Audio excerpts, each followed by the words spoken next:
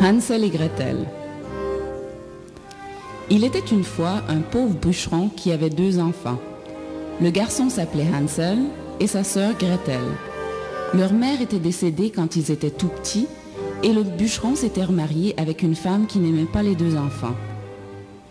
Un soir, alors que les 2 enfants affamés essayaient de s'endormir, ils entendirent leur belle-mère parler avec leur père.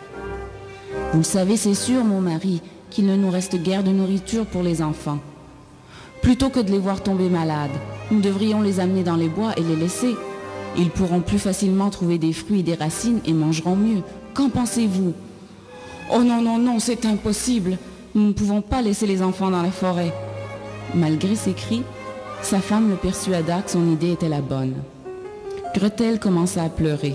« Ne pleure pas, ma sœur, chuchota Hansel.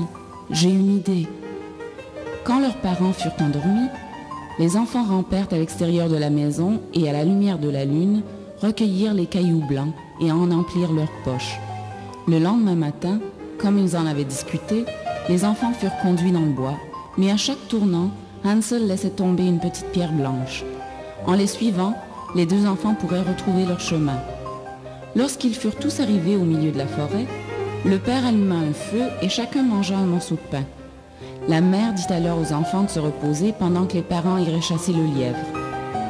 La nuit tomba sans que les parents ne reviennent. Les enfants savaient qu'ils avaient été abandonnés. Hansel était un petit garçon courageux, et quand la lune illumina leur chemin, il prit la petite Gretel par la main et ils traversèrent la forêt jusqu'à leur maison en suivant le sentier parsemé de petits cailloux blancs. Le père était très heureux de les voir et la mère fit semblant de l'être. Mais plus tard dans la soirée, elle convainquit le pauvre bûcheron de se débarrasser de ses enfants bien-aimés, et une fois pour toutes. Mais cette fois-ci, elle verrouilla la porte de leur maisonnette si bien que les enfants ne purent rassembler de petits cailloux blancs comme ils l'avaient fait auparavant. Puisqu'Hansel ne pouvait pas semer de cailloux blancs, il fit de petites boules avec la mie de son morceau de pain, celui que la femme du bûcheron leur avait donné pour le repas, et les sema comme des cailloux à chaque tournant, comme il l'avait fait la veille. Arrivés dans la clairière, le père alluma un feu et ils s'asseyèrent autour pour manger leur pain, sauf le petit Hansel qu'il avait semé le long du chemin. Les parents partirent encore une fois à la chasse aux lièvres, et lorsqu'il fit nuit et que la lune brillait dans le ciel, ils commencèrent à chercher leur sentier. Oh, malheur de malheur! Les oiseaux avaient mangé toutes les miettes de pain. Les pauvres enfants étaient donc perdus dans la forêt.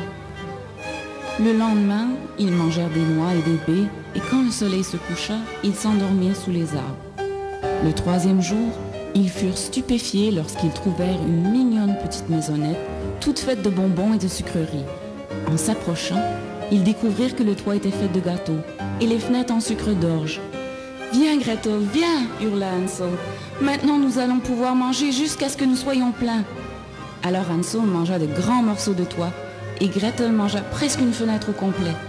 Soudainement, ils entendirent une voix venant de l'intérieur. « Mais qui grignote ma maison ?» ronchonna une voix aigrie. La porte s'ouvrit et une vieille femme toute ridée apparut. « Entrez, mes chers petits, et restez avec moi, vous n'avez rien à craindre, » dit la vieille. En réalité, c'était une sorcière. Elle avait construit cette petite maison en pain d'épices pour attirer les enfants. Alors les enfants entrèrent dans la maison et elle leur donna du lait et des crêpes, des pommes et des noix. Pour dormir, la sorcière leur avait préparé des petits lits sucrés. Les enfants avaient tant marché et tant mangé ce jour-là qu'ils sombrèrent rapidement dans un sommeil de plomb. Au matin, Hansel se retrouva verrouillé dans une cage. Alors il comprit que la vieille femme était une méchante sorcière et qu'elle avait profité de son sommeil pour l'enfermer. Bientôt il sera bien assez gras. Il est beaucoup trop maigre maintenant, déclara la sorcière. Elle força la petite Gretel à travailler nuit et jour, cuisant de la nourriture pour Hansel. Tous les matins, la sorcière allait jusqu'à la cage et disait à Hansel « Montre-moi ton doigt, que je vois si tu es gras. » Mais à chaque fois, il présentait un petit os de poulet. C'est que la sorcière était presque aveugle et ne voyait presque rien sans lunettes. Et à cette époque, les lunettes n'existaient pas. « Oh, c'est encore trop maigre !» pleurnichait la sorcière. Hansel lui présentait son os de poulet chaque fois qu'elle lui demandait son doigt. Enfin, la sorcière perdit patience et donna un ordre à Gretel. Allume un feu. Il est temps de cuisiner un repas grandiose qui engraissera sûrement Hansel. Entre dans le four et va voir s'il est assez chaud, ordonna la sorcière.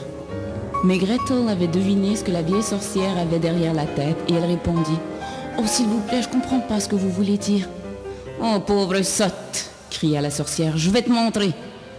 Tandis qu'elle parlait, elle s'approcha du four et y entra la tête.